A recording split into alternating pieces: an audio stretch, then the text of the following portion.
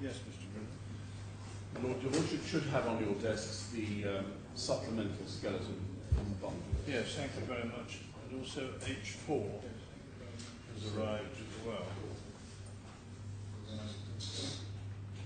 My Lords, I'd like to back up on 2 points which I was addressing the Court on, and questions came from the Court yesterday. The first is, what is the contract and what are the terms of the contract, which my Lord Sir David Steele raised. I think I need a proper answer. I need to give a proper answer to that. Secondly, to say, to refine my submissions on contractual estoppel in the light of the questions. Firstly, what is the contract? Now, my Lord, our case has always been that the contract was on the completed form, which you don't need to go back to it, H1122, rather than H1121A. That certainly would be our case. And your Lordships will recall that Clause 1 of the AGBC, not of the annex, but the document itself, whichever form one looks at, says that the signatory, the client, whether they're client or not, the customer, so to speak, have completed Annex 1. So when the contract says they have completed Annex 1. In fact, they hadn't completed Annex 1. That was their choice. They were sending these documents back to my clients, saying that they had completed Annex 1, and they hadn't completed Annex 1. We say, our primary case, is that by returning the forms with this declaration in Clause 1, but unfilled out as to detail, with no tick in Annex 1 in particular, they were authorising the first defendant to fill it in, because they'd said they'd filled it in, they hadn't filled it in, and we say that they were authorising us to do so. Obviously we had to fill it in accordance with their instructions and in accordance with their wishes. Plainly we couldn't put anything we liked in there.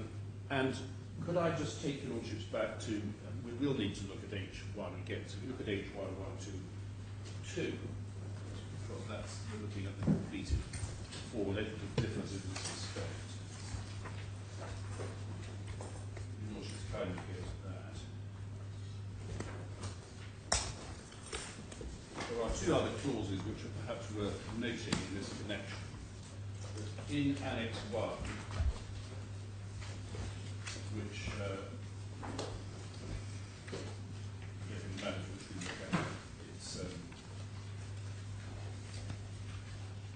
I showed you paragraph 7, we spent some time in paragraph 7, but paragraphs 8 and 9 also perhaps should be looked at. So the signatory, when they do sign this, authorises ESA and the Sarasin Group in order to assess and decide on my applications making inquiries about me, obtain information as it considers necessary from any sources, and authorise any such contacted references, financial institutions, etc.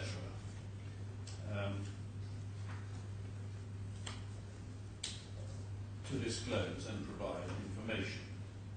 So they are authorising that. And of course, if they've provided the information themselves, which we say they had already, enabling us to fill out, where they've chosen not to fill out, though they say they have, we say that that amounts to a contract on the terms of the filled out form.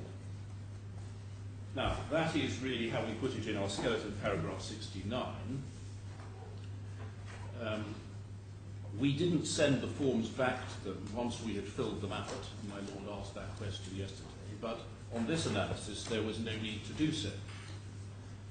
Clearly there was no forgery in our submission.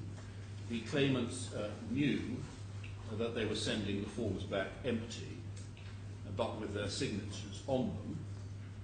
And the first defendant is not trying to fool anybody by filling in the form in accordance with the information given to them, on our case, by the client. So Annex 1 is clearly of greatest importance. Annex 2, Annex 1A, is not of the same importance and is not, we would submit, an integral part of the contract. Indeed, it really is a sort of freestanding annex, which is not of the same significance as Annex 1, which is obviously vital. Now, my Lord, that's our primary case. However, it emerged yesterday that there is another way of analysing the contract, to say that the contract is on the terms of the unfilled-in form at 121A. Not something I think that was particularly explored in front of the learned judge. And that is another possible way of looking at the case. Not our primary case, and it's not the way we argued it, but one we say on that analysis we can still get through. The relevant COB rule 3.2.2 requires firstly a determination of assets and experience, and also consent. And we say, on this alternative case, that both of those can be derived from the form as it stands in H1 121A. The various ways of putting this point are in fact the points that we make in our skeleton of paragraphs 70 to 73. There is no COB rule which says either that there must be a tick in a box in paragraph 1 of Annex 1. Still less is there anything in the COB rules which says that Annex 1A or anything particularly like it must actually be filled out as part of the contract. We say that Annex 1A is no more than a recording of information, pursuant no doubt to 2.2.4. As we say, that way of looking at the case is really in our skeleton 70 to 73. And so we say either way, whichever the analysis is, the claimants have agreed, we say, that they are clients, and that leads me back to my contractual estoppel argument, which is the second point I wanted to clarify from yesterday. Now, the contractual estoppel argument is easier for me on my first construction of the contract, namely that it's the filled out version, but it works perfectly well on the second as well. And can I just make the following three propositions about the contractual estoppel to add to what I said yesterday. Firstly, I submit I've established by reference to Springwell case that contractual estoppel applies where both parties agree the basis of their relationship, even if this is entirely contrary to the ostensible or actual facts. And various attempts have been made to get out of this in later cases. None of them have prevailed, or I should say in Singapore they haven't treated this with any great enthusiasm. But in England there hasn't been any hint of any detraction from those principles. Now, there are two, the second and the third points that I want to make here pick up interventions by, first of all, Sir David Steele and secondly, Sir Richard Field, which I need to say a bit more about. Firstly is the consumer protection point, which the judge makes. Can I go back to the judgment in his paragraph 325?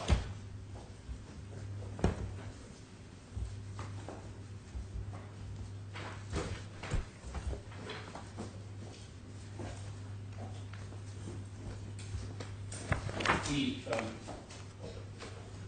sets out our case accurately, I think, in 325, and it's really the latter part of the paragraph, just below halfway, where he says this: if it is indeed submitted that the claimants are stopped from asserting they are not clients by reason of the AGDCs which they signed, I reject that submission. In my view, the regulatory law and the rules do not permit parties to contract out of the protective provisions in the COB rules. A party who is on analysis, on the proper analysis of the facts, a retail customer, because he or she does not in fact satisfy the conditions, cannot agree to be treated as a client. Given the requirements in subparagraph 3 of that rule, to hold otherwise would render the provisions in subparagraphs 1 and 2 OTOs. Now, in my respect to submission, that is wrong.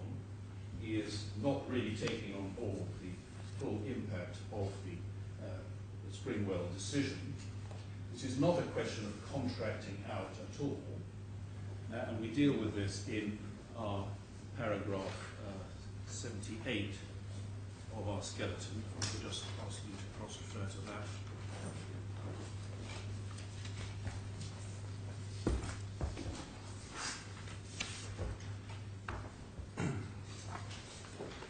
This is where we seek to deal with that argument.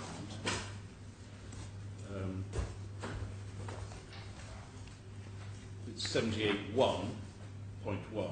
Person signing a declaration that they are a client is not contracting out of the provisions in the COB law, rather than they are declaring what the position is. Indeed, those rules, which we'll say a bit more about in a minute, specifically envisage that persons will be asked to sign such declarations. It cannot be said an unauthorised person relying on such declarations is incompatible with the COB law.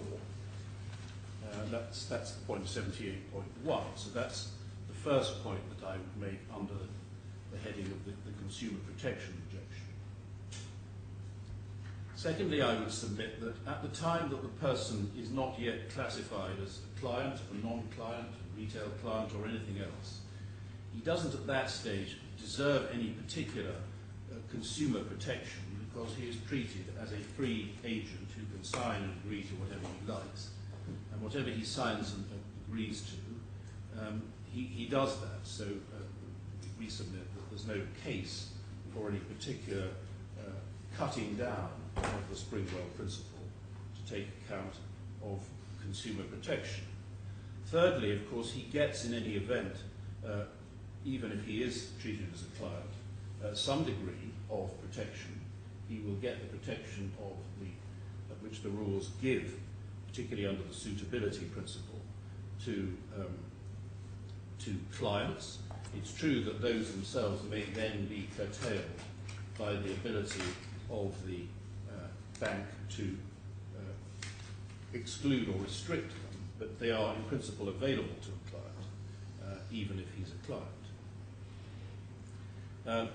And fourthly and lastly on this point, subject to the point that Sir Richard Field made, which I'm going to end on, which is my last point, about the actual wording of the COB rule, why should the DFSA be concerned to protect persons as to whether they do or do not make a free choice to be treated as clients or not? And indeed, as you have seen from other parts of our skeleton, the DFSA have indeed shown no interest in pursuing these matters at all, so far as we can see, and that's not surprising, because we say there is no derogation of consumer protection in which they have shown any interest. So that leaves the third and last of my points on contractual estoppel, which is the point that Sir Richard Field raised yesterday. And can I go back to the wording of the COB rule to deal with that, if I can, G2. And this is the point you will remember. 322 bundle G2, tab 85, page 04854. The point, the argument against me is, well, if I'm right, then little 3 of the A1, 2 and 3 effectively supplant 1 and 2, because it doesn't matter whether or not you've gone through the exercise of classifying somebody as having the necessary assets and experience, because provided they've consented in writing, or provided they agree with their clients, maybe the difference I'll say in a minute, it makes 1 and 2 OTMs. Now, in my respect to submission, that isn't right, because what little 3 is doing is not covering the ground which I seek to cover by contractual estoppel. This is a provision effectively allowing the client to opt one way or another. It doesn't say the individual has agreed that he is a client. It says that he has to consent to being treated as a client. And this is to deal, we submit, with a situation where an individual who does satisfy the assets and the experience requirements, nevertheless chooses, in some cases, not to be treated as a client. So he is a client, but he chooses not to be. It's an opt-out provision, effectively. One can see how a client might take that position. He decide, well, no, actually, I don't want to be treated as a client. He has to actually consent to being treated as a client. So we say that's what this is all about. And it is perhaps of some interest to see how this rule developed a little later on in the history of the DIFC. Because as your Lordship knows, at that time, the time of this rule, it was not possible to do retail business in the DIFC. So if you were a retail client, then you weren't a client at all. There was no such business possible. But in 2008, the rules were changed to permit retail business. And in the context of that change, changes were made to this particular rule. So if your Lordships put away G, or put on one side G2 and take out G2A,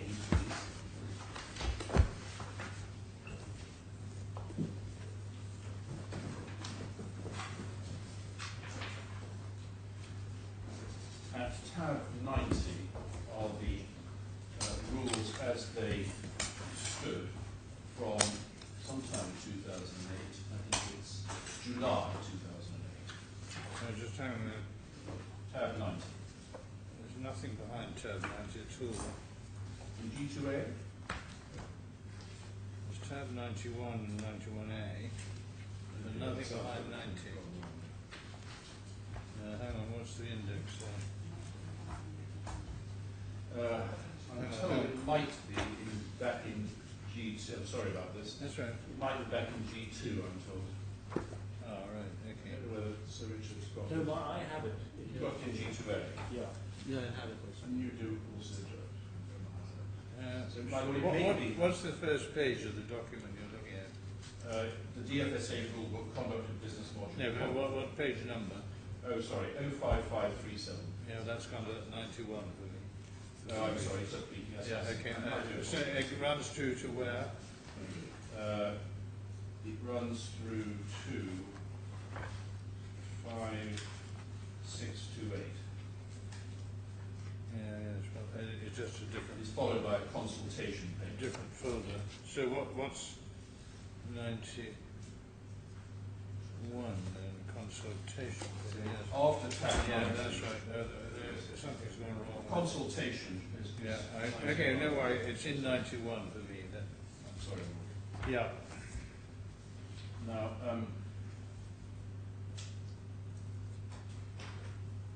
yes.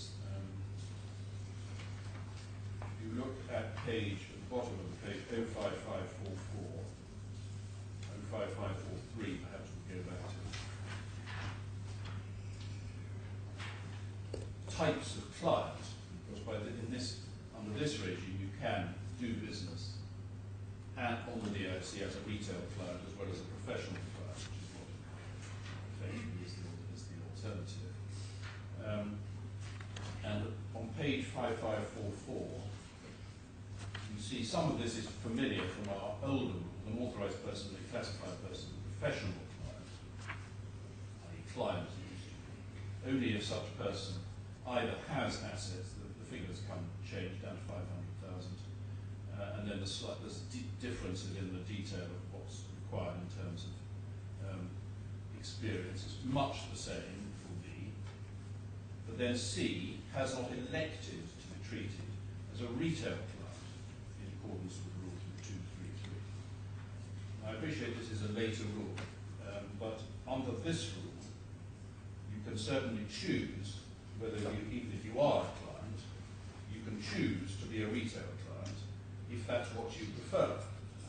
We say that going back to G2, that a similar thought underlies the drafting there, although of course you couldn't do business as a retail client, but that persons are to have effectively an election whether to be treated as a professional client, or a client as it was then called, or not. So that's the first point I want to make. The second point, on Sir Richard Field's point to me, is that there is, in any event, a difference between consent and active agreement that you are a client. And that isn't just me splitting hairs. That is clear from the wording in paragraph 7. We go back to it in H1, which makes that very clear. So let's remind you of that. H1, 121A. Paragraph 7 is the same.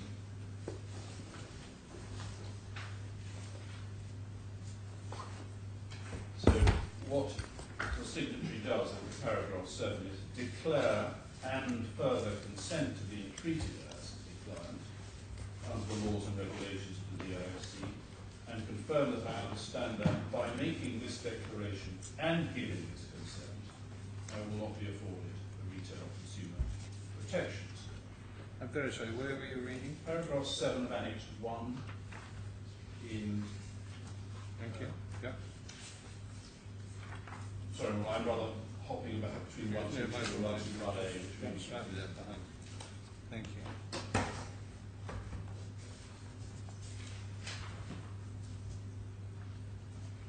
So the difference, which in my submission is important to my contractual estoppel argument, is between making a declaration that you are a client and giving consent to being treated as a client.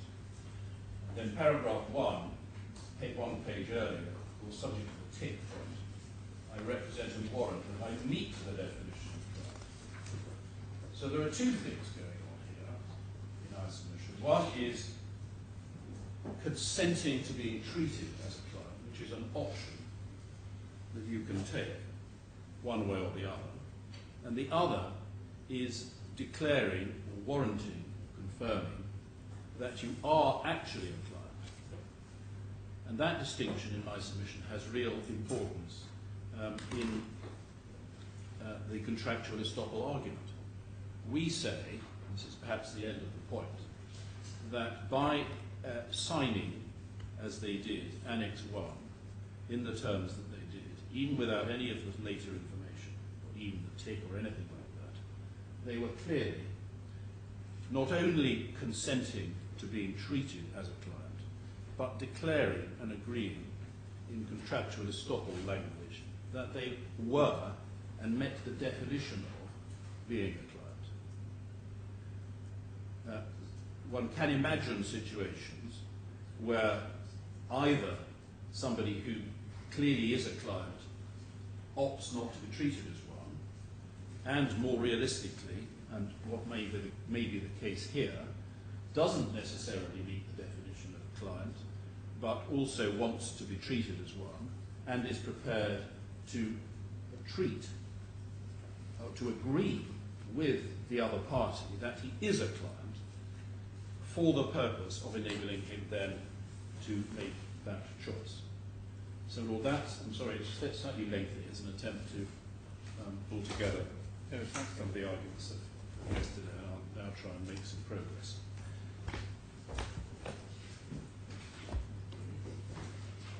And what I've got in the skeleton skeleton paragraph 80, and this is a small point just to note, that as far as the third claimant is concerned, as I mentioned yesterday, she's in a slightly different position from the other claimants insofar as she, as I mentioned, took her investments at a time when the October 2007 rules were in place, which meant that if she was being given generic advice only, not specific advice, then there was no requirement to determine her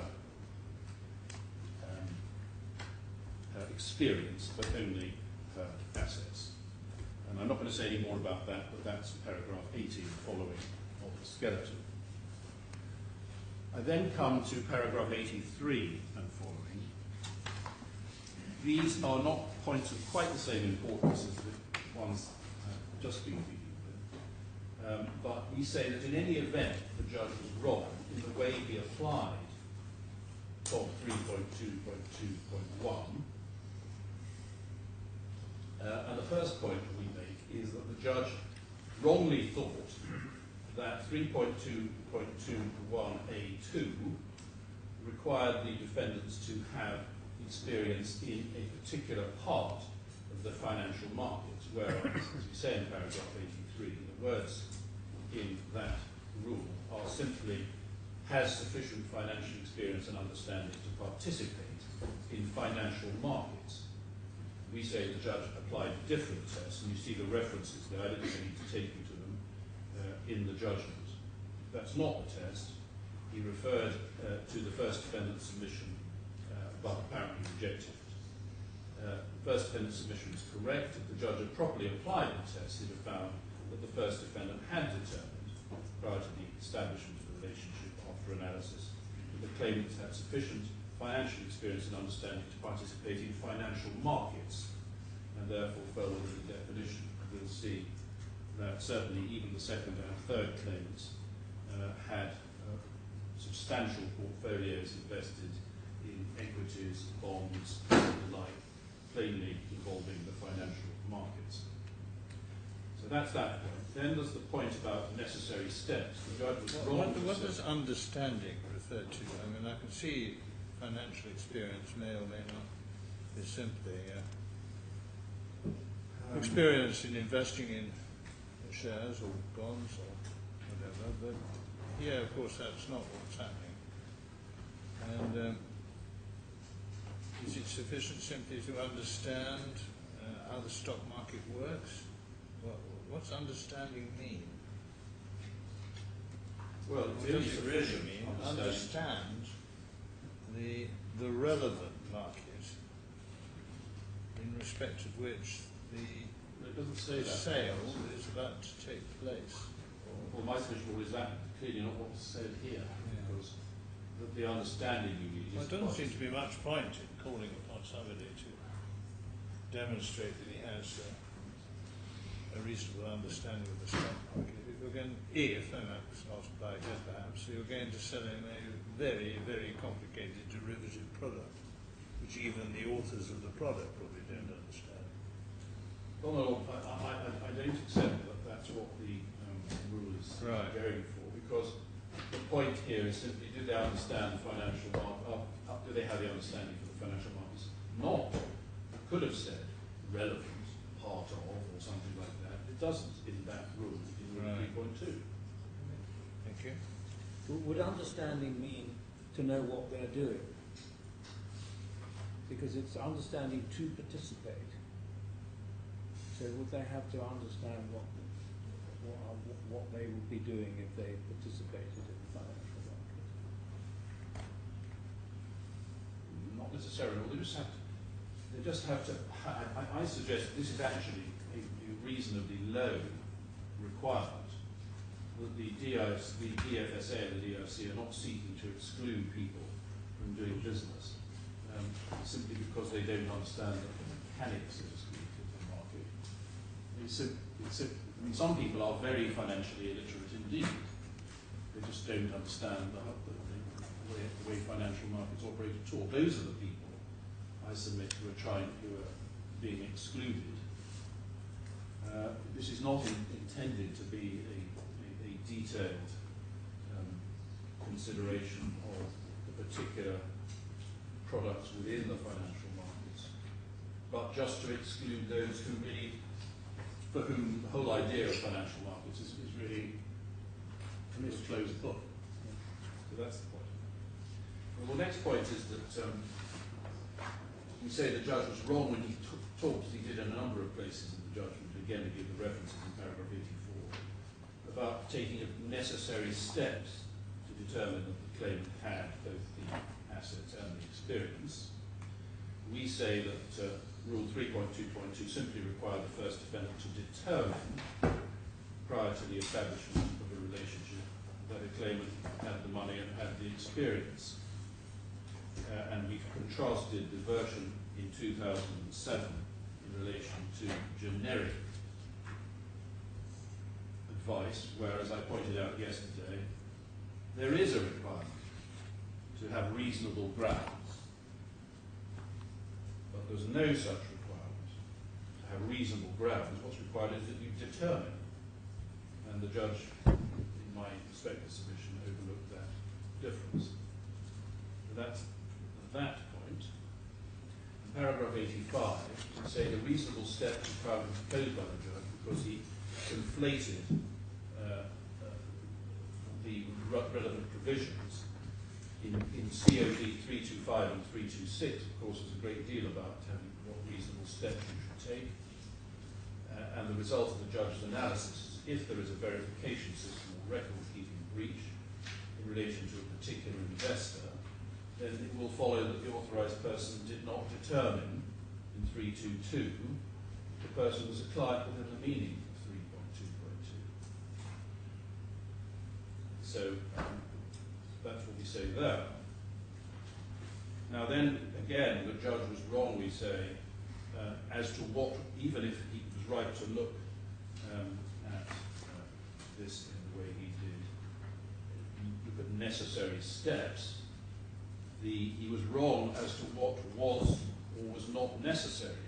We need to move on a little bit. I adopt, of course, all of this skeleton, but just to try and make progress through it and highlight the main points. Paragraphs 689 following, we say this. We say the steps the judge thought were necessary, or analysis the judge thought was required, again we give the references were wrong. The analysis required by an authorised person to determine that a person can be classified as a client will, we say, depend on the person concerned. For example, the court would not find it difficult to conclude that an authorised person determined that a well-known member of the royal family who had made a number of well-known investments had more than $1 million in liquid assets and appeared after analysis to have sufficient financial experience and understanding to participate in financial markets. We say in this case the claimants were well known to be from one of the richest families in Kuwait, and the level of analysis required was unreal and flawed. Paragraph 90, we say the judge's analysis of what was required was infected by his comment at 163. It was a striking feature of the case. This is a particular point here. That neither Mr. Nair nor Mr. Wali ever met the second or third claimants. Now, it's quite true that they never met the second or third claimants, but with respect to the learned judge, we say this was not at all a striking feature. It was common ground that the first claimant was the agent for the second and third claimants, and it was no part of the claimant's pleaded case that the first defendant was in breach of duty in failing to meet the second and third claimants. It's quite true that in argument at the trial, my learned friend Mr. Hill certainly did argue that. I'm talking about the pleaded case here. It's also, I think, fair to point out that Mr. Khorafi himself never made any criticism of this kind. Indeed, he was very keen to protect his wife and mother, saying that he was the son, and he was looking after them, and he was obviously not remotely critical, personally, of the defendants in not meeting his mother and his wife. And in our submission, the judge saying this is a striking feature, he's really failing to take account not so much of cultural sensitivities in the Middle East, but cultural realities in the Middle East, in this particular part of that one really would not expect when the son comes along with powers of attorney, which he in due course receives. He's acting as agent for the other claimants, to expect that as would happen probably in England, that the bank would insist on a face-to-face meeting with the second and third claimants. And indeed, we seek to get some assistance here from a decision which I may have to refer to more than once, of Mr. Justice Tier recently, in a case called Zaid and Credit Suisse. Can I take you to that? It's in Authorities Bundle 3, tab 19.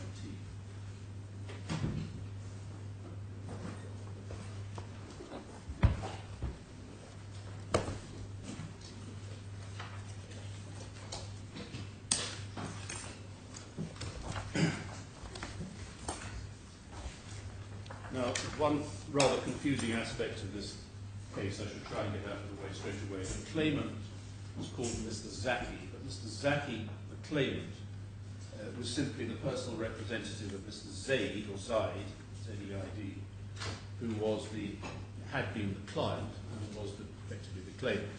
There's another Mr. Zaki, altogether different, who plays a major part in the case as being the representative of Credit Suisse. So Zaki claimant is irrelevant. Zaki defendant's representative is relevant, and the claimant is Mr. Zaid. Now,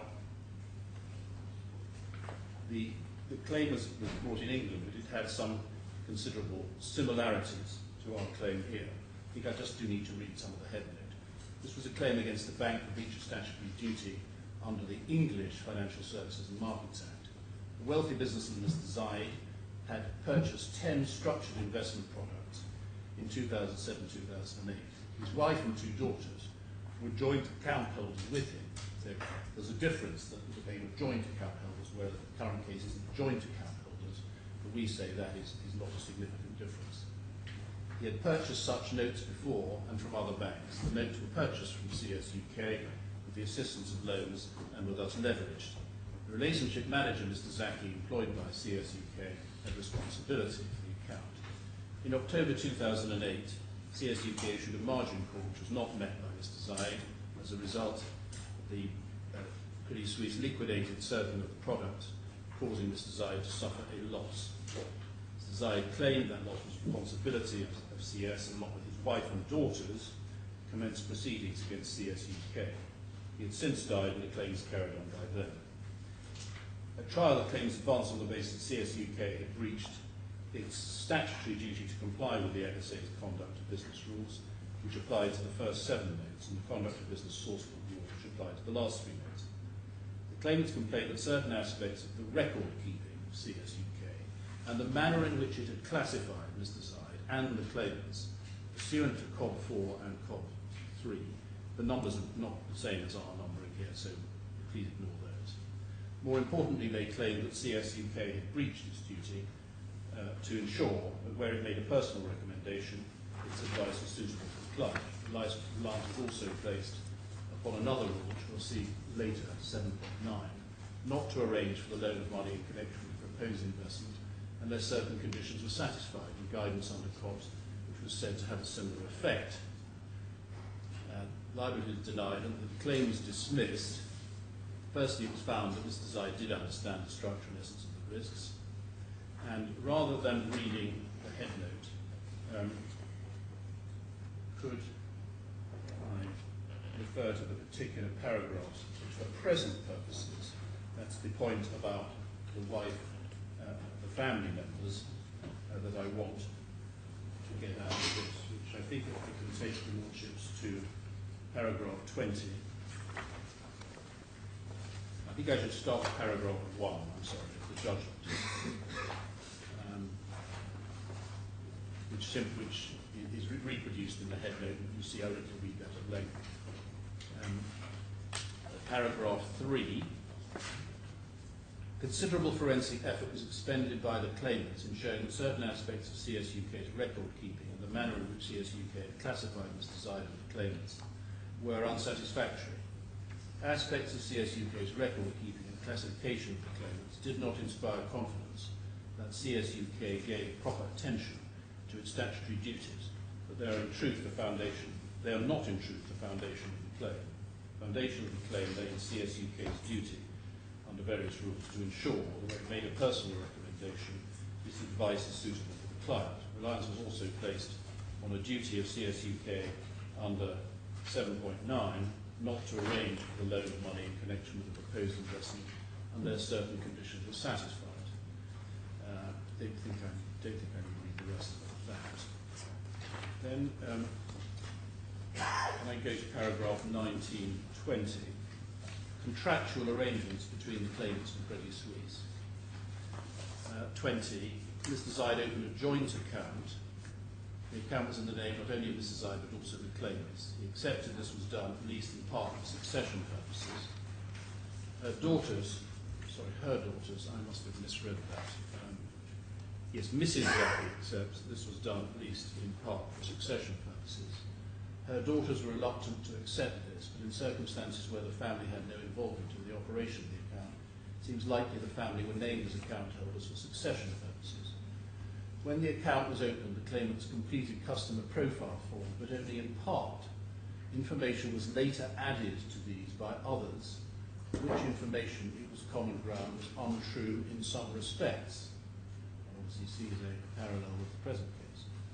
For example, both Zohair Zaki and Bahira Zaid were said to have had over 10 years' experience in the investment markets, and as such a complete understanding of the risks involved.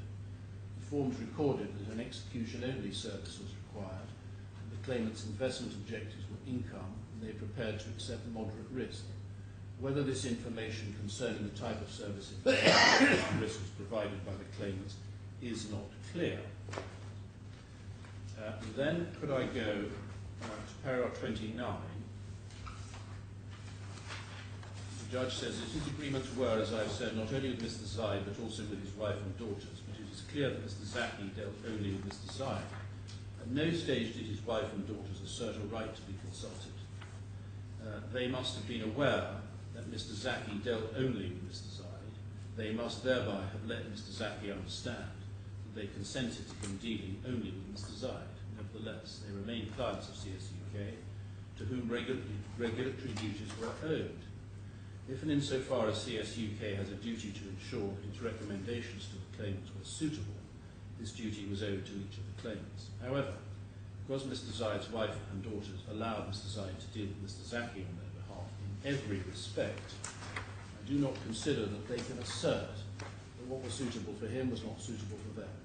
The claimants accepted that Mr. Zaid had authority to deal with the day-to-day conduct of the account. This must include the imparting of such information as was necessary to enable Mr. Zaki and hence CSUK to advise whether the investment was suitable or not.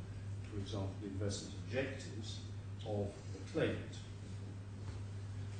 Now we say that, and that's the last one here, of the problems arising out of what I might call the family arrangement there. And we say, although that was a joint account, there's really not much difference between a joint account and an account where Mr. Khorafi is acting in all respects as agent on behalf of his mother and his wife. And then could I just show you paragraph 99? I think I'll show you now. We'll probably have to come back to this case on my causation arguments. But at 99, the judge says CSUK's approach to obtaining and recording information about Mr. Zaid therefore appears to have lacked the rigour and care which COB and COBS required. But although detailed submissions were made about that approach, and in particular as to the manner in which CSUK and its predecessor classified Mr. Zaid, these submissions did not, in my judgment, ultimately assist the claimant's case on suitability. It was accepted by CSUK that Mr. Zaid and his family had to be regarded as private clients. That's probably a difference from our case. Mr. Zaki regarded Mr. Zaid as an expert private client, but I am not persuaded that he was wrong to do so. Mr. Zaid plainly had a high level of interest in the market, formed views about the market, and had confidence in his own views. Mr. Zaki could and should have made more inquiries as to Mr. Zaid's net worth, but no evidence was adduced to suggest that Mr. Zaid could not bear the financial risks to which he was exposed by trading in CDIs.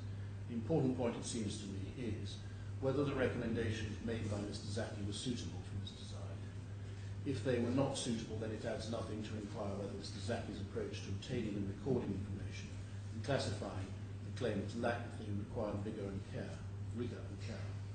If they were suitable, then it cannot alter whether his approach to obtaining and recording information and classification was adequate or not. Of course, the recommendations were not suitable for Mr. Zaid. The extent to which Mr. Zaki failed to exercise the required degree of rigour, not obtaining information, may, depending upon the reasons why the recommendations were unsuitable, be relevant when assessing whether Mr. Zaki and hence CSUK took reasonable steps to ensure that the recommendations were suitable. In that sense, regulatory failures in the information gathering exercise may provide a breach of the duty to take reasonable steps to ensure the recommendations were suitable, but they do not, it seems to me, assist showing the recommendations were not suitable.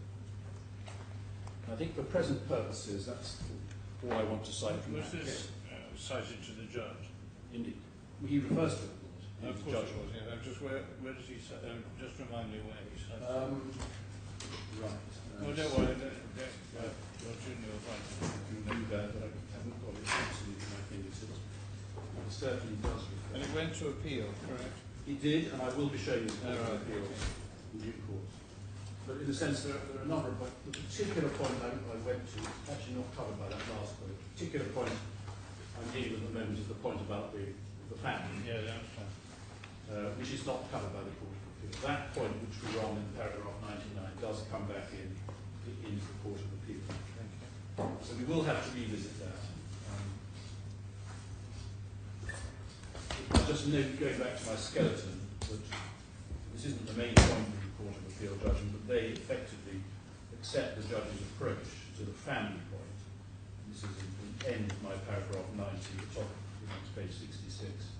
I don't think I need to take it to any, it's good enough in the quote. In September 2003, Mr. Zaid had opened an account in the name of his wife and daughters as well as himself. His involvement with his wife and daughters was done at least in part for succession purposes. Mr. Zaki dealt only with Mr. Zaid. As the appellant recognised and accepted, Mr. Zaid was in every way their agent for the conduct of the family's investments. The judge found they could not assert what was suitable for Mr. Zaid was not suitable for them. Nevertheless, they were, of course, owed the same statutory duties as were owed to Mr. Zaid himself, which is not in any way different from my approach. Now, my Lord, moving on.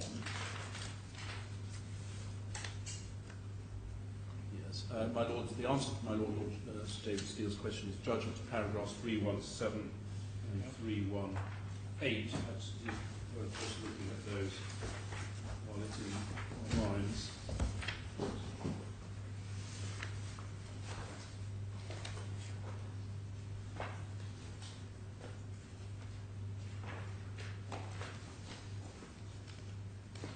I think that's the only place he refers to. Maybe another place, but I don't know. But certainly he does there. This is, in fact, I don't think anything turns on this. This may be in the, is it the contract section? I don't think it matters about where it comes in the judgment. But he's this is one reason why I read the paragraph 99. He's commenting on the judge in paragraph 99. Yeah.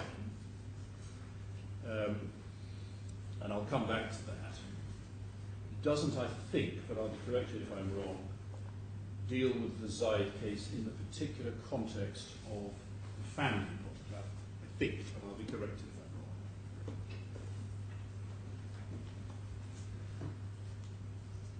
I'm wrong. Now, my Lord, I'm coming now to the end of the criticisms we make of the judge's approach to the process of determination of whether or not claimants were clients. There are just a few other smaller points, I think, some of which I'm not going to deal with already, but we've got to paragraph 92 of the skeleton. I do just make this point, that there was a complaint that the claimants made to the DFSA. They did investigate it, and they concluded there was no case to answer and took no further action. My own friends, it's always been pains to say this has never been final and that they can always reopen it, and it was provisional, but all of which is in a sense true. But the fact of the matter is they didn't think there was anything, or didn't say anything that they thought needed to be dealt with, despite the complaint. And we say the simple significance of this, one shouldn't overplay this point, and it isn't at the forefront of my submissions, but nevertheless it's of some value. It doesn't look as though the behaviour of the first defendant has been regarded by the... No, it depends what the complaint was. Sorry, what was the complaint? Well, without knowing what the complaint is, it's rather difficult to know what, if anything, to make of this. But well, they I'd be slightly surprised, I mean, I suppose it's possible, that the DFSA regarded the record keeping of the bank as satisfactory. Yeah, I'm not saying. And the completion of the document was satisfactory. It's slightly surprising, but maybe they did. Well, Lord, I think the reason my Lord may find that surprising is that the learned friends suggest there was an investigation. They didn't investigate. There was a complaint and no investigation. This litigation was on foot at the time. I will be taking my Lords to the actual letter. Now, but there's just a section in our supplemental skeleton I'd just like to address quite briefly, I think, orally, but in our supplementary skeleton, it's paragraph 16 and following, 16 through to 19. 90, where we make some, in a sense, broader submissions about ground 2, which I'm still on, client ground. And we say the purpose of the rules is relevant. And we set out reasons why we say the purpose is relevant, that the FSA is a risk-based regulator. It will not use its supervisory enforcement powers unless the purpose behind it has been infringed. I'm going to take this quite quickly because it's sort of set out fully in writing. A lot to get through. So, but can I, in a sense, adopt that section as part of my, which is mostly somewhat of a background nature. And I wasn't going to take a lot of time on it now. But can I go to 19.6? Slightly more specific point. Claimants fail in their suggested construction of the rules, and the judge failed in construing the rules, to take into account what I've preferred to call the cultural realities rather than necessarily sensitivities, only they can be sensitive about it, which apply in Middle Eastern countries where it's common for accounts to be managed by one family member and or a family office. And we say this, indeed, the DFSA has since, and this is quite recent, specifically acknowledged these, I put the word sensitivities there, I meant to put realities, more accurate. In a consultation paper of 15 September 2014, and in the latest version of the COB rules issued thereafter, which specifically provides now, at Rule 2.3.7.3, that a family member can be deemed to be a professional client if the lead family member is a professional client. The parties have a joint account and the other family members sign a document agreeing to this. I could take you to those references, but this isn't a point, in a sense, at the forefront of my argument, so I just want to note it.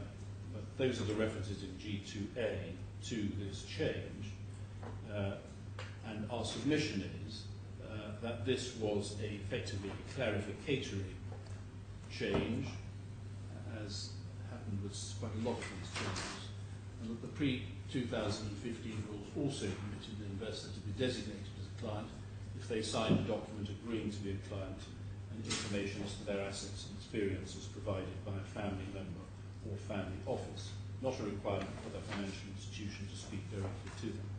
Now, it will no doubt be said that, sorry? It will no doubt. Are you suggesting it's a joint account? I was just about to say that, and Alfred is too keen to leap to his feet to interrupt. I was about to say that that specifically applies to joint accounts. But I've already submitted, when I was on the Zaid case, that the difference between a joint account and an account which is entirely managed or operated by another member of the family is a very narrow one. But yes, of course, I'm not suggesting this was a joint account, and I'm not taking that point, as I was about to make very clear. We're talking about underlying philosophy. We're talking about the judge finding it very striking that, in this case, the bank, first defendant, did not speak to the second or third claimants. That's the reason for making that point.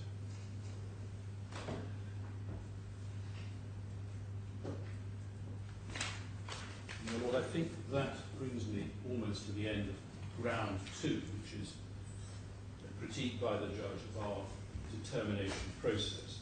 We do have, which I'm not going to address orally, also paragraphs 94 to 96 of the skeleton, but I'm not going to say any more about those now. So I can move on, I hope, to ground 3, which is, as I said in opening yesterday, a point on which we, in any event, place considerable weight, that even if we're wrong so far, in fact, forget about contractual estoppel now, I'm assuming I'm wrong on that. In fact, they were clearly clients. They did clearly fulfill the client requirements, and therefore, whatever shortcomings there were in our processes has no causative effect.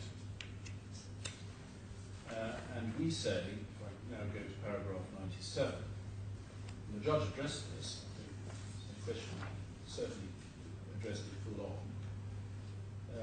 He said, paragraph 97, skeleton, paragraph 263, that even if the first defendant had asked the right questions, it would not have found the claims to be clients.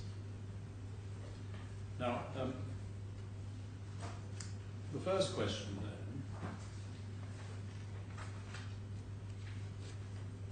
is, would the first defendant have got different answers which would have satisfied the client requirements if the right questions had been asked and the right procedures had been gone through? And I think I must start here with the judgment, because as I say, the judge does deal with this fairly fully. In judgment, paragraph 263 to 276. I could go to that.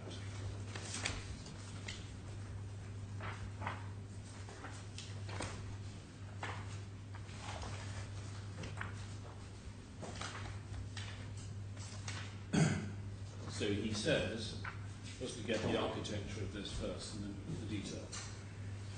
He says it's submitted by insufficient steps in relation to the categorization. It's clear that had Bank Sarasin asked any further questions it should have asked or carried out further analysis, the claimants would still have been categorized as clients. I do not accept that submission. He says, we are entitled to say that had Mr. Khorafi been asked, it's the first claimant, whether he did have $1 million in liquid assets, it's probable he would have answered in the affirmative. So assets, as far as C1 is concerned, not an issue. And he calls it, in fact, that was pretty by the first claimant. And it's the same for the second claimant, as it appears from the second sentence of 264. But the judge says it's not the same for the third claimant. So that's the position in relation to assets. As far as experience or understanding is concerned, he finds that none of the claimants were shown on the evidence to have had the necessary knowledge. And of course at 264, which I already pointed out in my skeleton, he poses the question as to experience and understanding of structured financial products, which, as I've submitted, is the wrong test. I've already made that point. He then sets out evidence from Mr. Khorafi. I mean, for the moment, look at the detail of it. In the next two paragraphs, then evidence from Mrs. Hamad, and then from Mrs. Rifai at 271. And then at 272, he says, on the basis of that evidence, said on behalf of the claimants, that Mr. Khorafi, while a successful businessman, had no experience in dealing with complex structured investments at the time type represented by the notes, denied he had significant experience in financial markets, and said that the Mrs. Hamad and Mrs. Rifai were inexperienced investors. And then he sets out some of, and perhaps quite a lot of, the case that we made. Just noting these points before we come to the conclusion.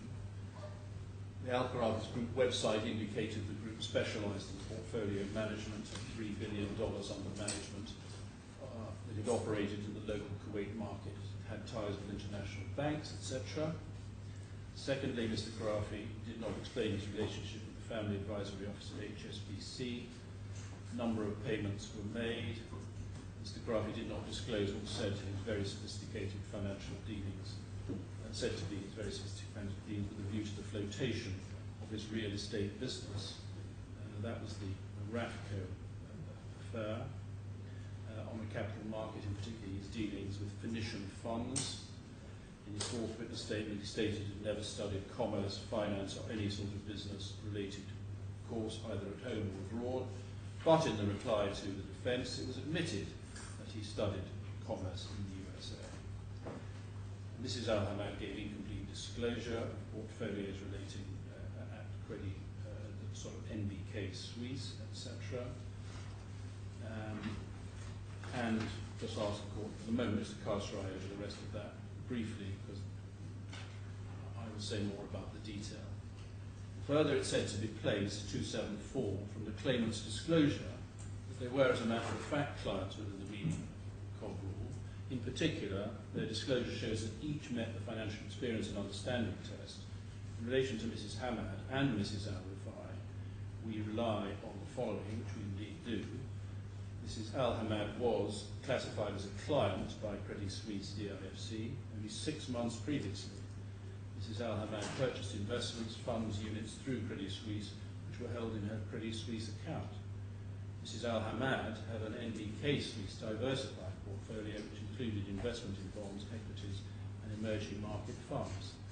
Mrs. Rifai had a Credit Suisse and NBK Suisse investment portfolio, which included investments in shares, equity mutual funds, and mutual bond funds.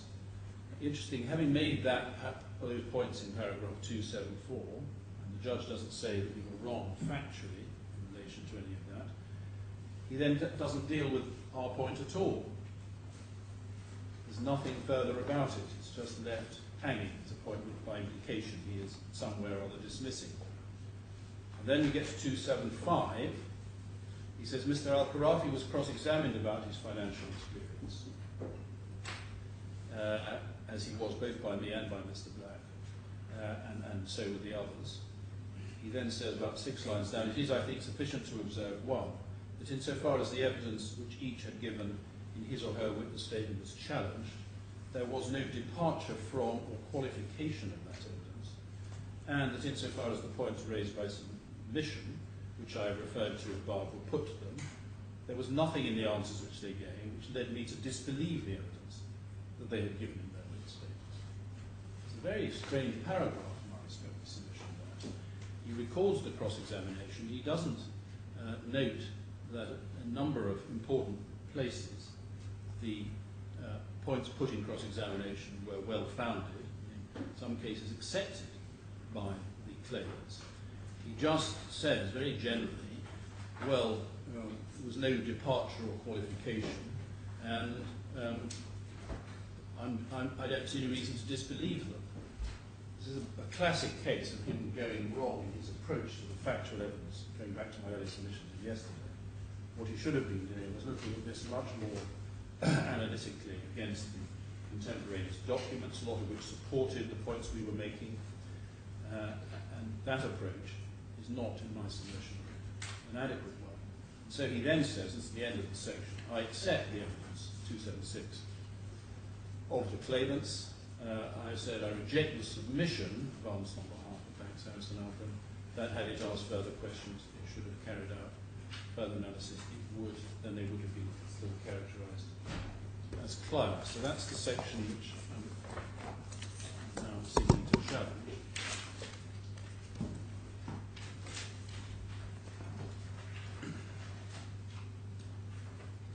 For the most part, this is a question of looking at the facts, but there is one legal point which is made in paragraphs 99 to 101 of the skeleton.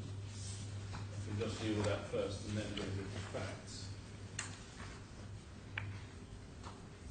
We say in paragraph 99, the judge made an error of law in applying Cod 3.2.21A2. He should have asked himself, this is the point again about financial markets rather than structured products. So that point comes back in again there. Then come to paragraph 102. I've made some comments on paragraph 275, which I think set out similar terms in the document which I dropped. And so I come then to paragraph 103 under the heading Insupportable Inferences of Fact Made by the Judge in Reaching His Decision. And we say that this is another area, going back against my more general points, where the long delay since the witnesses were heard is likely to have been detrimental. But then the meat of this is really in paragraph 104. We say the judge's conclusion is incompatible with contemporaneous documents and admissions made in cross-examination.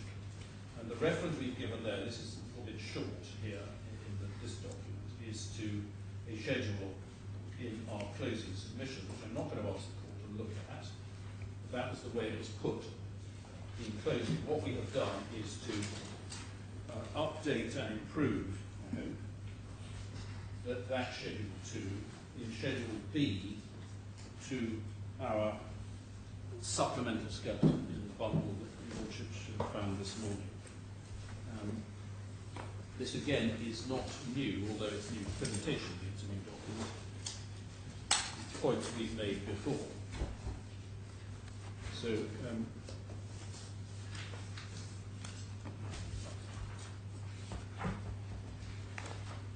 can I ask your Lordships?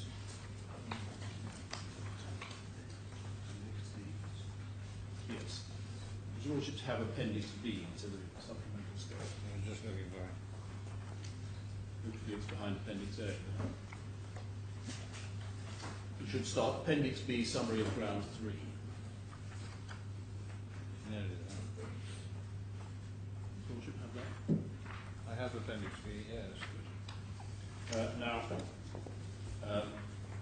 some of this is simply restating the points in the skeleton. The text before we come to the schedule itself. And I'll just go to paragraph 5 on page 2. We say that the judge actually has failed to consider our case at all, although he summarised bits of it in one paragraph, 2 paragraphs without actually reading it. We say that the judge failed anywhere to consider 5.1, specific contemporaneous documents referred to in written openings of trial and cross-examination, written closings. Secondly, the points made in the Schedule 2 that I've already referred to, and that even the points that he did summarise, he didn't really deal with them. 5.3. And then paragraph 6, 6.1, first claimant met the financial experience test because he held extensive investments as our submission, really, in a number of companies. By an email dated 3rd July 2007, which we give the reference, Mr. Taha stated that the first claimant held listed stocks. We'll see this in the schedule, so I don't think I need to dwell on that. And there's a point about studying commerce. I think this is all summary of what's in the schedules, and therefore I'm keen to get on to that itself, which I think I'm going to do on page 6. So what we've done here is we set out in relation, firstly, to the first claimant, what the evidence was about assets and or experience. We've then set out documents which identify that, and then we have seen what references there are at the trial to these matters in the next column, and finally whether this was considered in the judgment. Most of the material in the second column, the appeal bundle references, are in a bundle called I, most of them, which we haven't looked at yet. Bundle I is the disclosure of the claimants. So it's all their own documents about what they had. And so I'm not going to take you to any of it. If any of those references are wrong, I'll be corrected. But don't actually think there was very much dispute the real dispute was the significance of this information rather than the accuracy of it. So, we start with this first item. This is the first claimant's own evidence in his own disclosure as to what he had, and there are a number of bullet points which I think I can pass over because it's summarised on page 8. In the left-hand column, you will see about halfway down, revaluations, email dated 3rd 7th 07. I think we need to just look at that. That's the Tar House document, H2 145. Tab 145.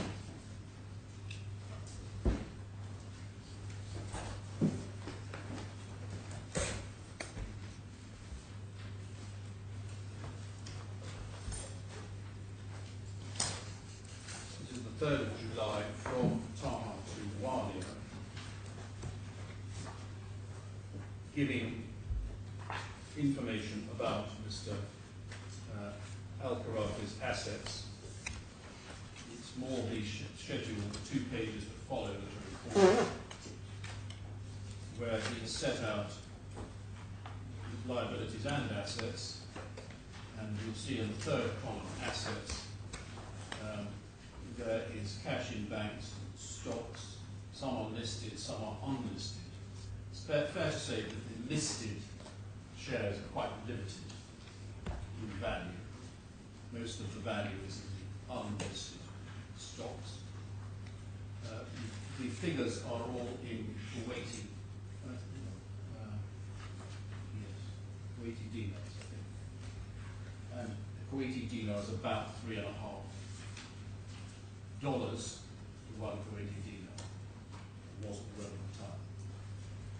So in rough terms, the exact things don't matter. In rough terms, you multiply by 3.5 to get from the Kuwaiti dinar figure through to the dollar figure. Then there's annual expense. The next block of figures is annual income and expenses and detailed disclosure of stocks. So stocks are then set out in detail with valuations. And then perhaps the largest individual item is the last one, detailed disclosure of affiliates and subsidiaries, various companies, which Mr. Al-Khorafi had a contribution. So I'm simply referring back to as part of the material about his, not only relevant of course to his actual assets, but to his activities and his experience in, we say, financial markets. So going back to page 8 of the schedule, you will see after that reference to the document I just went to, the listed stock was about 160,000 US dollars, not much. Unlisted stocks in various companies which he didn't own, 49.4 million. Unlisted stock in fully owned companies, 83 odd million. And the rest, I don't think very well. Now then the next item on page 9, we've been to H2 145, which is the reference in the middle column. And that's set out there, so you can dwell on that any further. Then the point at the bottom of page 9, studied commerce in the US, that's where initially that was denied, but then later accepted. Still on the first claimant. I don't want to necessarily have to read all of this, but you see how, again, we're then setting out his directorships and the companies he was actually involved in running. In the middle of page 10, some of this is from pleadings. B references are pleadings, E references are written statements.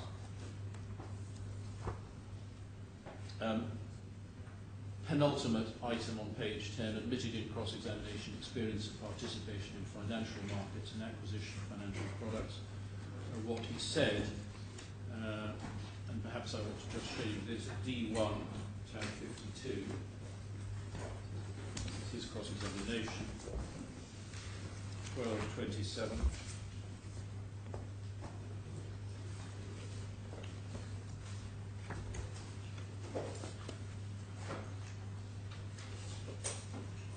There to show the passage here.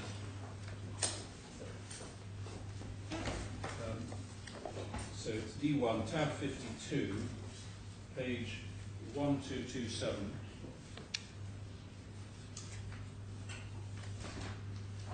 Internal page 30, top left, line 18. In this meeting, Mr. Alia spoke to me and Mr. Taha about our investments.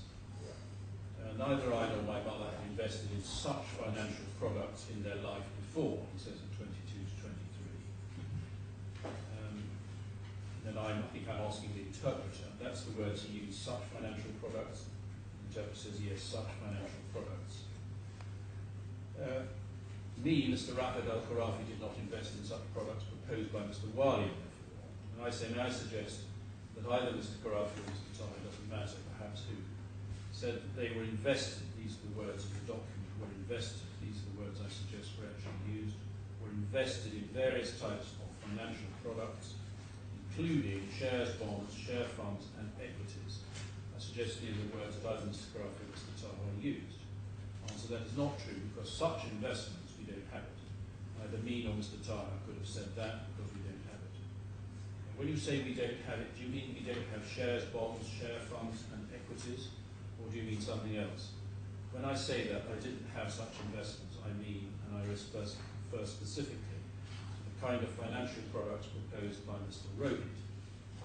These types I don't have. Other types I do have. I do have equities, I do have real estate, I do have stock, shares, but such products specifically proposed by Mr. Rafed, I don't have such investments.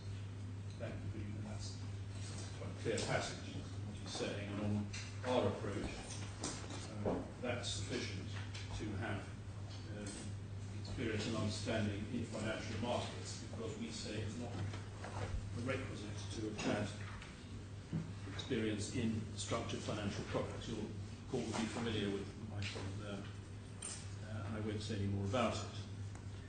And it continues. Then we come to page 11 of the schedule.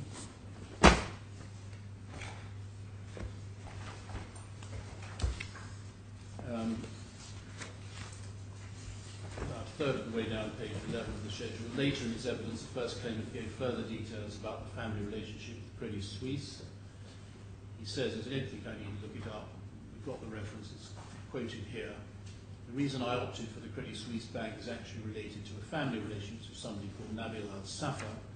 He used to work for the National Bank of Kuwait a long time ago. The Khorafi family has been in good relationship with this person in particular, and usually in families, when we deal with banks, we don't deal with the bank itself, we deal with someone we trust in the bank. We always have this personal relationship in the bank, special treatment. You know Mr. Safa long ago, etc. Then we have more details of his chairmanship and majority shareholding in RAK Real Estate. And, all the things that are said about that. References again to the E-bundle largely. Paragraph 12, there's more of the same and there, so that. So that's the position of the first claimant. The second claimant is quite different, but we say there on paragraph 13, the second claimant held... Well, as I understand, the second defendant's perception of Mr. Khorafi, Sorry, what? as it was set out in one of the Sarasin arguments, is, as it said, that Mr. Khorafi inherited none of his father's acumen. Proudly admitted in evidence he wasted his time in college, not interested in applying himself to family business, has failed in every business entity he's ever been involved in. He's simply a man of limited ability, but not afflicted by modesty. What's your lordship reading from? The second defendant's skeleton. Well, that's not my skeleton. No. But it's an interesting, different perception of this man. Sounds like a patsy to them, but anyway, he's a rich man. That's really. Well, he's not only rich, but he's experienced, very experienced. Well, he's rich. What is the experience you're talking about? Well, I mean, if you're rich, you have a lot of property. Yes, but he's not only that. He's running all these companies, and he's got experience in dealing with, as we say, financial markets, not structured finance. I've admitted that. Well, he's got shares, that's for sure. They're both listed and unlisted. He's got listed and unlisted shares, yeah. And he's experienced in dealing with bonds, he says as well. Correct. I do have real estate, so it's all working. So we say if one adds all this together, it amounts to, and I go back to the point I made to Sir Richard Field a while ago, on our approach, this is the threshold is a fairly low one, yes. What's required. And the idea, if I turn it round this way, that this is a man who should be turned away from the DIFC when he wants to come along and do business here, is ludicrous.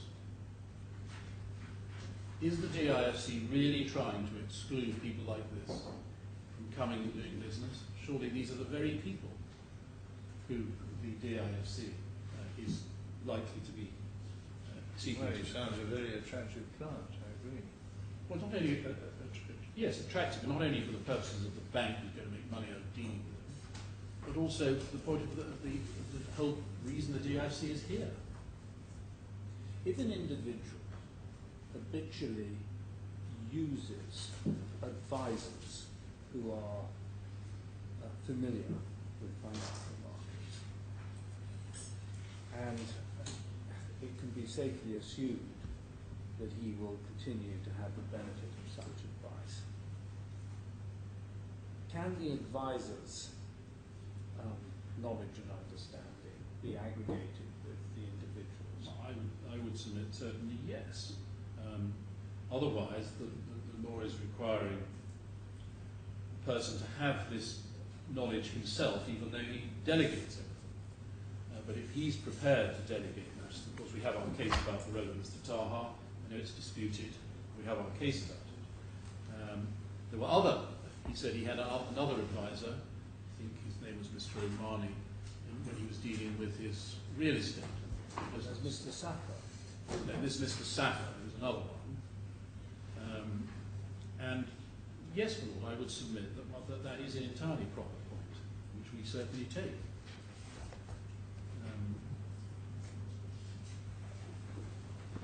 Sorry.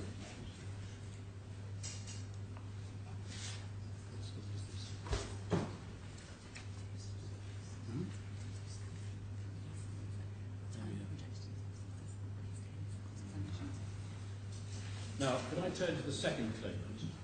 Bottom of page 13. The second claimant had a discretionary managed portfolio with NBK from an unknown date, but prior to the 30th of June. The portfolio was very high value and was invested in approximately 50% in equities and 50% in bonds. NBK classified second claimant as a moderate investor.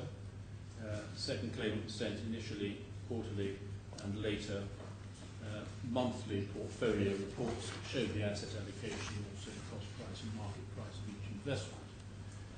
In December 2006, she appears to have sold the portfolio and transferred all the cash from the sale to Credit Suisse to invest as per the Credit Suisse account below.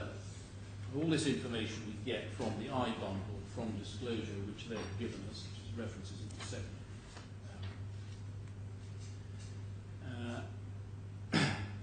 So I don't actually think that on the facts there is really very much doubt. The last item on paragraph, on page 14, portfolio report, portfolio market value, what it states there is your investment profile, moderate multi-asset. This model's primary objective is the safeguard of capital through a long-term return comprising of capital gains and steady income. This portfolio is suitable for moderate investors who have a medium tolerance for risk and volatility returns and who want to participate in the equity markets. The portfolio has a primary exposure to global equity funds while having a sizable exposure to US government and corporate bonds, etc. You see the split: bonds 45, 50, equity 45, cash 5. I think I can pass on, because a lot of that is portfolio information. Go on to page 18. In December 2000, I think this is picking up the Credit Suisse side of matters. This is the information we know about Credit Suisse from Mrs. Hamad and her disclosure. And if I could just allow the members of the court, it would be quicker than me reading it out, just to read that entry, second half of page 18 to the second line of 19.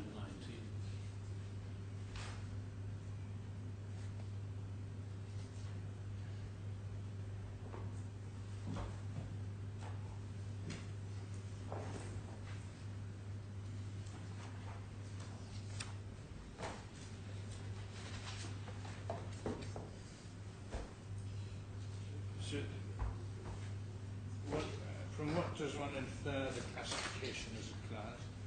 Well, since Credit Suisse were dealing in the DIFC, Credit Suisse Dubai is operating in the DIC. Yeah. And They couldn't. here, as I understand it, money is simply transferred via Credit Suisse Dubai to Credit Suisse Zurich. Now, why does that give rise to an inference that she is? Because that couldn't have been done without Mr. Safar of the transfer couldn't having authorization to deal with her as a client. Couldn't have been done.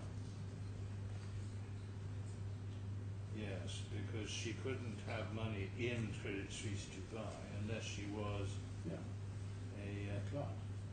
non-retail customer. And the judge, in his paragraph that I referred to, number 272 or whatever it is, he doesn't dispute what we said about this. He just doesn't deal with it. It is quite obvious and beyond, and it wasn't, so it's admitted, it didn't go that far, but it's beyond argument, our submission, that she must have been treated as a client in order to be able to have this relationship and do the things she did with Credit Suisse Dubai. Okay. Then at the bottom of page 19, she also had large valuable shareholdings in NDK, as much as $70 million.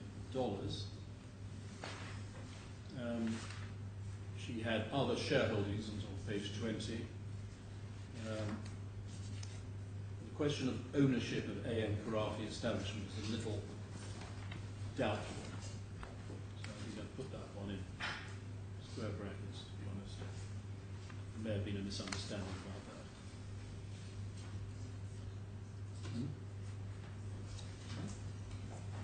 It was in her witness statement, but I'm not sure that she meant it.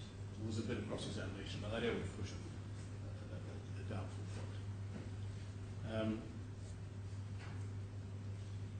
Then she talked about her specialist financial advisors, Mr. Barakat at NBK and Mr. Safar at Credit Suisse. And so here is somebody with not only enormous wealth, but certainly through her advisors, dealing in moderate risk financial market portfolios. Now the third claimant, obviously, to be open about this, is more marginal than the other two who we say are really beyond any doubt. Now, as we record at the bottom of page 20, we do have our point, and I haven't made good the generic advice argument yet, but if we're right about that it's only an asset test for her and not an experience test. But in any event, we deal with the evidence, which I think is pretty clear after the cross-examination. She was perfectly straightforward with it. And so was Mrs. Hamad, I would readily accept. Third claimant held a portfolio with NBK from an unknown date, but prior to the 1st of January 2004. That's the earliest date mentioned on the first disclosed statement. And that portfolio, this is the NBK portfolio, not Credit Suisse, which we'll come to. That ranged in value, according to the materials we've been given, between $210,000 and $1 million, and was often invested heavily in equities. She was sent yearly portfolio valuations which showed the asset allocation and also cost price and market price of each investment. And the last bullet point is this: the portfolio valuation, and I accept this is a different date, as at 31st December 2006, which is over a year before the date that's relevant to her in this case, was just over $1 million. I can't just leave it at that, obviously, but that is part of the picture. And the references are to the I bundle and cross-examination. Now then,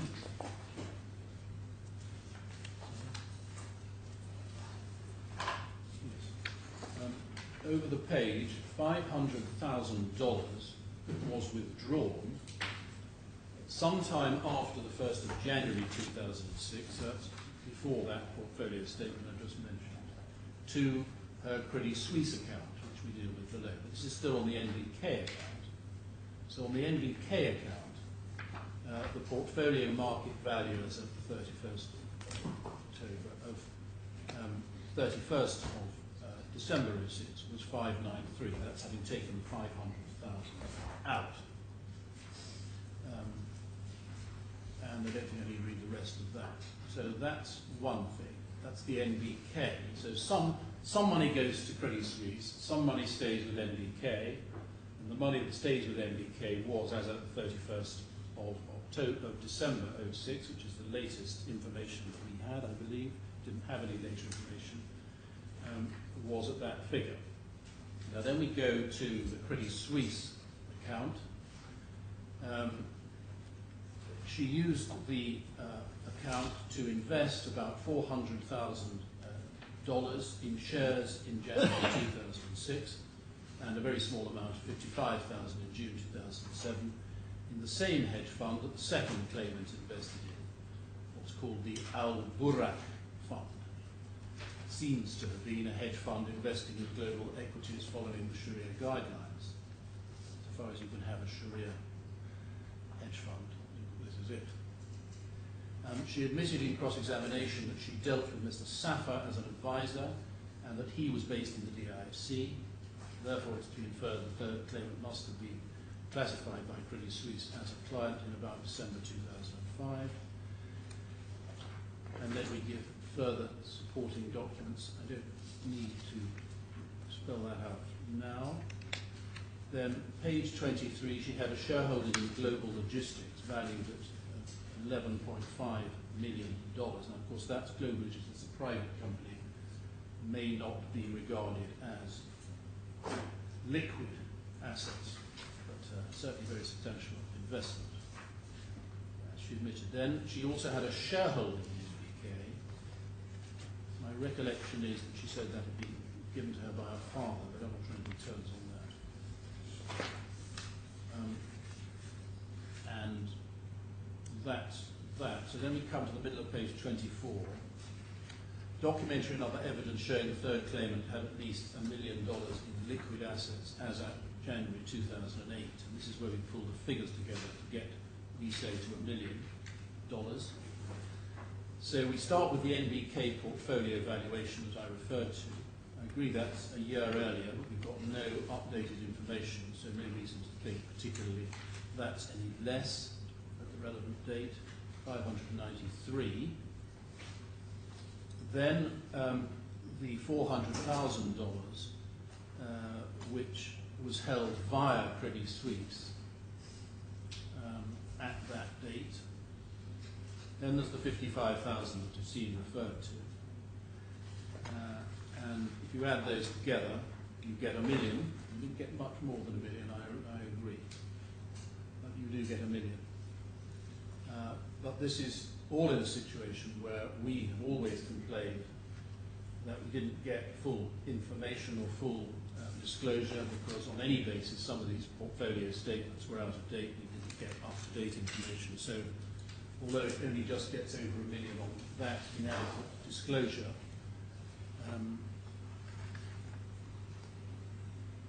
so be it. Sorry, what's that? Saying what? Shows it is. Yes, well, I'm just asked to point out on the question of the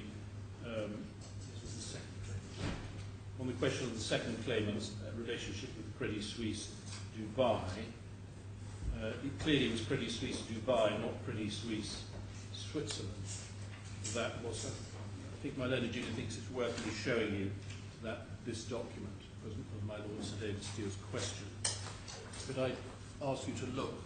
I was hoping to avoid the I bundles, but in the I bundles at tab I, this is bundle I tab 253.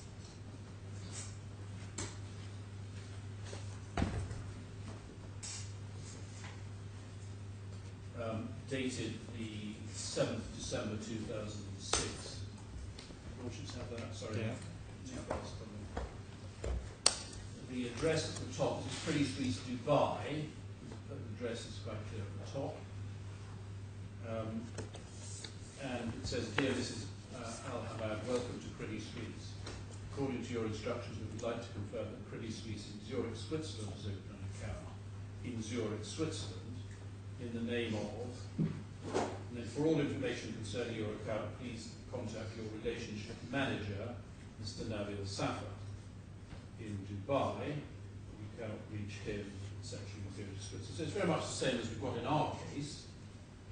You've got a bank in Switzerland that's actually selling you the product, so to speak, and you've got a relationship manager in an equivalent of Bank Sarasin-Alpen, Credit Suisse Dubai, which is operating and doing the arranging function in Dubai. Because as you all should know, arranging is a function that requires a license and requires a client designation. If the location address is within the DIFC. Yes.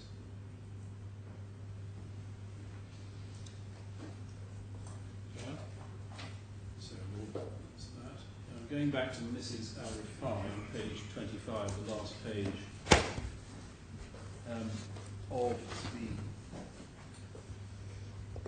skeleton, we've got the first bullet point on page 25, statement of account of Credit Suisse 30th June 07, showing cash, that's not very particularly important.